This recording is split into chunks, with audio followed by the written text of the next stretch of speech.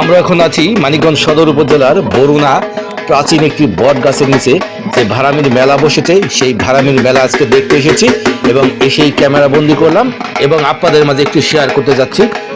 আসলে আমি শুনলাম প্রতি বছরই নাকি এই বট গাছতলায় এখানে ভাড়ামির মেলা বসে, তাই তো আজকে সেই ভাড়ামির মেলাটি দেখার জন্য ছুটে এলাম।